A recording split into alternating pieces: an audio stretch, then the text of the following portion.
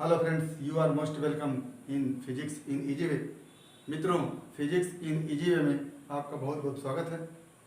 मित्रों, agriculture physics में एक समान वृत्तीय गति, उपग्रहों की गति तथा पलायन वेग से संबंधित चैप्टर को हम देख रहे हैं। इस समय एक समान वृत्तीय गति से संबंधित तथ्यों में हम रेखीय विस्थापन, कोणीय विस्थापन, रेखीय वेग, कोणीय वेग, रेखीय वेग तथा कोणीय वेग में संबंध, अभिकेंद्र त्वरण, अभिकेंद्र बल तथा अपकेंद्र बल को देख चुके हैं। आज हम उपग्रहों के कक्षीय वेग के विषय में अध्ययन करेंगे। तो उपग्रह एक ऐसा खगोलीय पिंड होता है जो किसी ग्रह के चारों ओर वृत्ताकार कक्ष पे गति करता रहता है। यानी एक तरह से कह दिया जाए तो उपग्रह भी ग्रह के चारों ओर एक समान वृत्तीय गति करते रहते हैं। तो हमारा ये ग्रह हो जाए,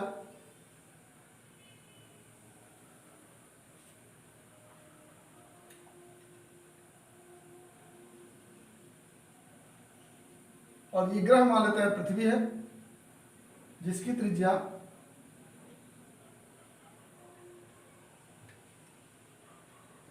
आर ई है। इस पृथ्वी के चारों ओर, जैसा कि पृथ्वी का उपग्रह हम जानते हैं चंद्रमा है, तो मान लेते हैं ये चंद्रमा या पृथ्वी का उपग्रह कह रहे इसको, पृथ्वी सतह से h ऊंचाई पर वृत्ताकार कक्ष में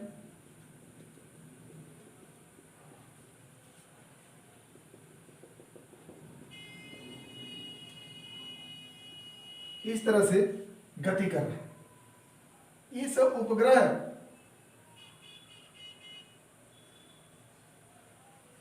का द्रव्यमान हम स्मॉल m मानते हैं और पृथ्वी का द्रव्यमान हम कैपिटल M ये मानते हैं। यानी पृथ्वी का द्रव्यमान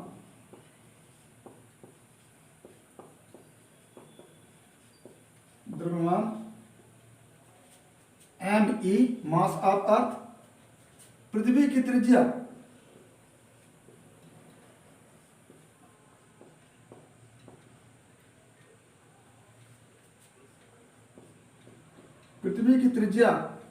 आर ई, उपग्रह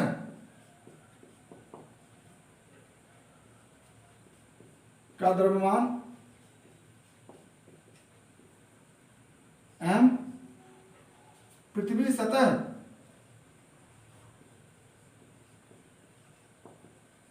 से उपग्रह की ऊंचाई h तथा मान लिया उपग्रह का वृत्ताकार पथ पर वेग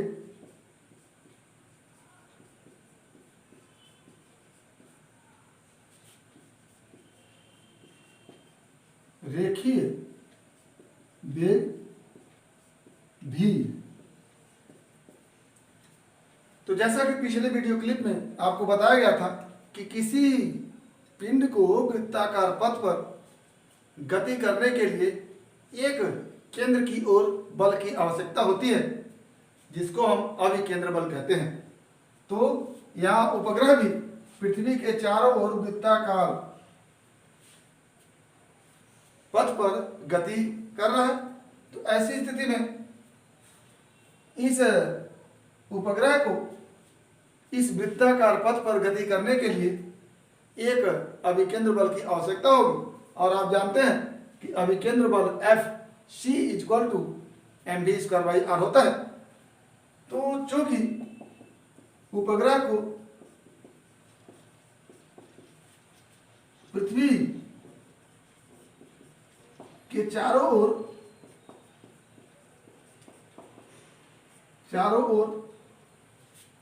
वृत्ताकार पथ पर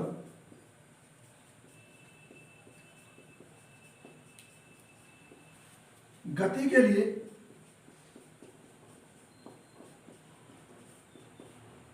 अभिकेंद्र बल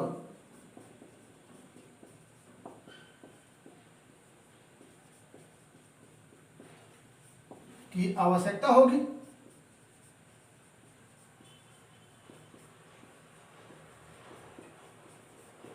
जिसका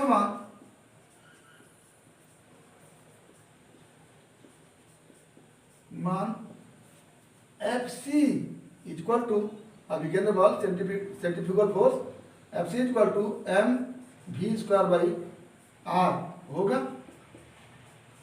यहाँ आर जो है इस उपग्रह की वृत्ताकार पथ की त्रिज्या है। चूंकि वृत्ताकार पथ का केंद्र पृथ्वी का ही केंद्र है, तो इस पृथ्वी के केंद्र से उपग्रह की जो दूरी होगी वहीं वृत्ताकार पथ की त्रिज्या होगी। तो अगर इस दूरी को r मान लिया जाए तो r इक्वल टू क्या हो जाएगा, आर ई प्लस एफ।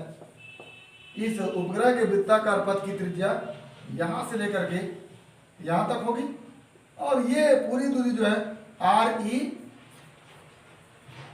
और प्लस एच के योग के बराबर, यानी R E plus H equal to उपग्रह के वृत्ताकार पथ की त्रिज्या। तो इस आर ई की जगह हम आर ई प्लस एच लिख सकते हैं। तो क्या हो जाएगा, F C equal to M V square upon R E plus H.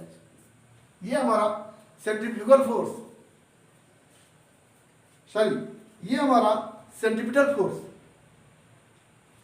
F C equal to M V square by R E plus H होगा। अब इस सेंट्रीपिटल फोर्स अभिकेंद्र बल की दिशा केंद्र की ओर होगी और ये पृथ्वी इस उपग्रह को एक गुरुत्वाकर्षण बल से अपनी ओर आकर्षित करती है।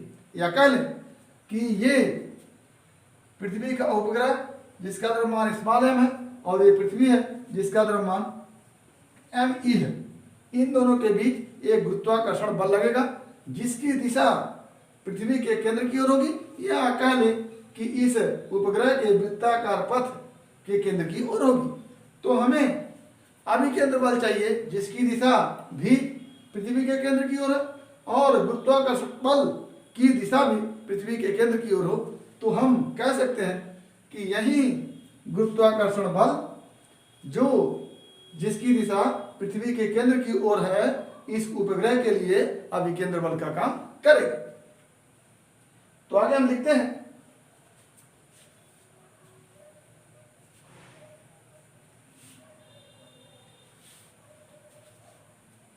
कि इस अभिकेंद्र बल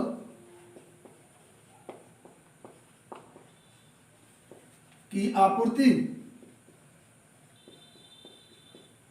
पृथ्वी एवं उपग्रह के बीच लग रहे गुरुत्वाकर्षण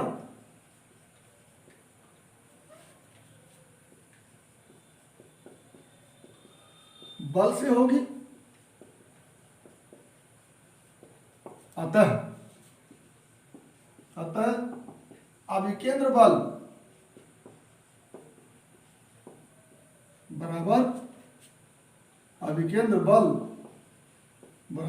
गुरुत्वाकर्षण बल।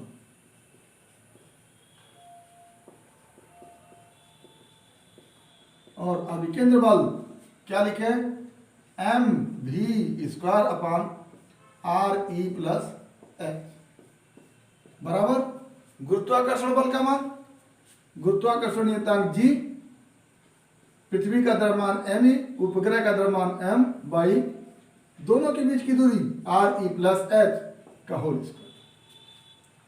यहां से आपके पास बन के आता है ये यम से करता है और ये एक ठो इस पूरे से करता है। तो क्या बन के आता है, V square equal to G M E upon R E plus H. ये हमारे पास वी स्क्वायर का मान आता है। या यहां से हम वी इक्वल टू लिख सकते हैं under root G M E by R E plus H. ये हमारा v का मान है।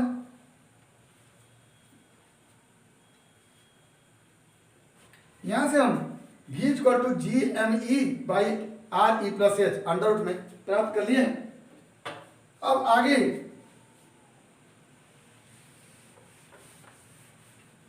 हम जानते हैं वस्तु का भार mg equal to G M E M by R E plus H का होल स्क्वायर होता है। तो यहां से अगर हम जी एम ई को देखें, जी एम ई बराबर क्या हो जाता है, जी आर ई प्लस एच का स्क्वायर। तो जी एम ई की जगह हम लिख सकते हैं G R E plus H का स्क्वायर। क्या हो जाता है, imply that v equal to under root G M E की जगह G R E plus H का whole square upon R E plus H. अब ये क्या बन के आता है, v equal to under root ji R E plus H. ये हमारा v का मान आता है, उपग्रह का वेग का मान आता है। यदि उपग्रह h, उपग्रह की ऊंचाई h या उपग्रह की पृथ्वी सतह से ऊंचाई h जो है ये h बहुत छोटा हो, पृथ्वी की त्रिज्या r इसी, तो h को हम नगण्य कह सकते हैं। और जब h को नगण्य कहेंगे तो यहां लिखेंगे कि यदि small h is very very less than r E, then तो h नगण्य होगा, नगण्य होगा। अतः फिर v इक्वल टू क्या आ जाता है, v equal to under root ji R E. यहां से हम g का मान 9.8 रख सकते हैं और आर ई का मान 6.4 इंटू 10⁻6 मीटर, यानी v equal to 9.8 into 6.4 into 10⁻6। और इसको अगर मान रख के हम निकालें तो v का मान आ जाता है 7.92